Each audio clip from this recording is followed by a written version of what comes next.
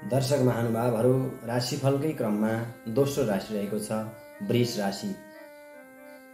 वृष राशि हुने महानुभावहरूको नामको पहिलो अक्षर रहेको छ इ, उ, ए, ओ, बा, बी, बु, बे, बो। यसको वृष राशिको राशि स्वामी रहेको छ शुक्र। दर्शक महानुभावहरू, वृष राशि हुने महानुभावहरूको यो वर्ष कस्तो रहेको छ त? वृष राशिका लागि यो वर्ष सकारात्मक रहनेछ। कार्यक्षेत्रमा उन्नतिका साथै विशेष यो वर्ष प्रेमिल रहने देखिन्छ। प्राज्ञिक कार्यमा मन प्रवृत्त हुनेछ। कार्यक्षेत्रमा पनि उन्नतिको योग रहेको छ।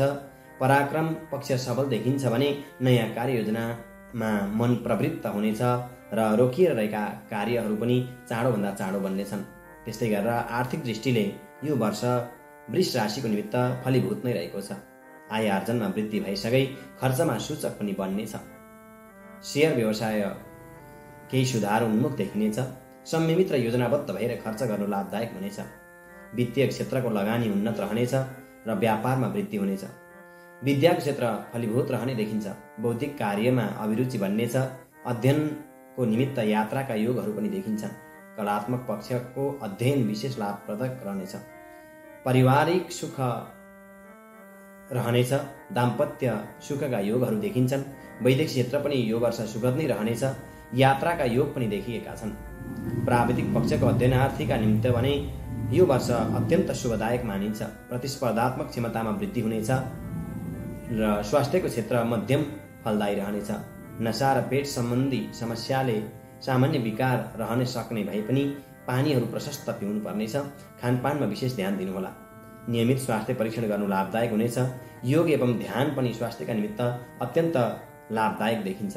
प्रेम पक्ष सुदृढ रहने देखिन्छ। नयाँ प्रेम सम्बन्ध स्थापित गर्नका निमित्त पनि यो वर्ष अत्यन्त लाभदायक रहेको छ। सामाजिक मान सम्मान प्राप्तिको योग देखिन्छ भने कूटनीतिक क्षेत्रमा पनि सफलता प्राप्त हुने देखिन्छ।